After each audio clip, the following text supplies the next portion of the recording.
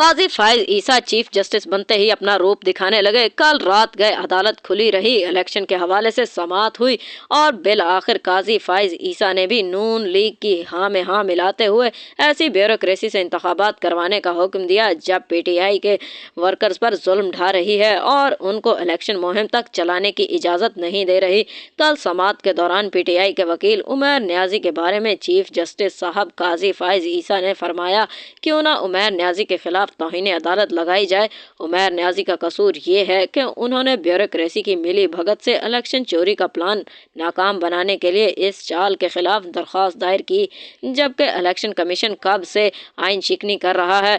लेकिन मुअज़्ज़ज़ chief justice साहब को शायद उमर न्याजी के नाम से कोई मसला है, क्योंकि उमर न्याजी के सामने आते ही काजी फाइज ईसा साहब ने फरमाया कि न्याजी नाम से लगता है आप किसी के रिश्तेदार हैं और फिर कहते हैं कि आप पे तौहीन अदालत लगा दी जाए। सिर्फ यही नहीं, मुअज़्ज़ज़ चीफ जस्टिस ने तो पीटीआई खातून वकील की सजनिश भी इस वजह से की कि वो तहरीक इंसाफ की नुमाइंदगी कर रही थी।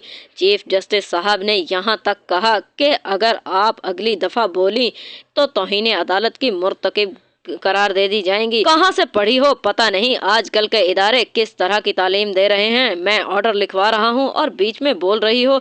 ये काजी साहब किस लहजे में बात कर रहे हैं? क्या ये पाकिस्तान के चीफ जस्टिस का रवैया है? काजी साहब एक तरफ पीटीआई के वकला के साथ ये रवैया रखे ही हुए हैं, दूसरी तरफ इमरान खान पर कातलाना हमला करने वाले मुल्जिम के वकील मियां दाऊद को चीफ जस्टिस काजी फाइज ईसा और सरदार तारिक ने चाय पिलाई और यही वकील साहब जस्टिस नकवी के खिलाफ भी शिकायत कुनंदा हैं।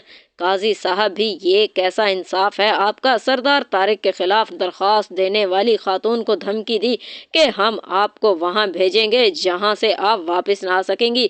उन्होंने खातून को गायब करने की धमकी वाली बात पर अब तक कोई वजाहत नहीं दी और ना ही इस बात से इनकार किया, और अब तो काजी फाइज ईसा साहब ने नवाज शरीफ को मुंतखब करने के लिए धांधली की भी बुनियाद रख दी।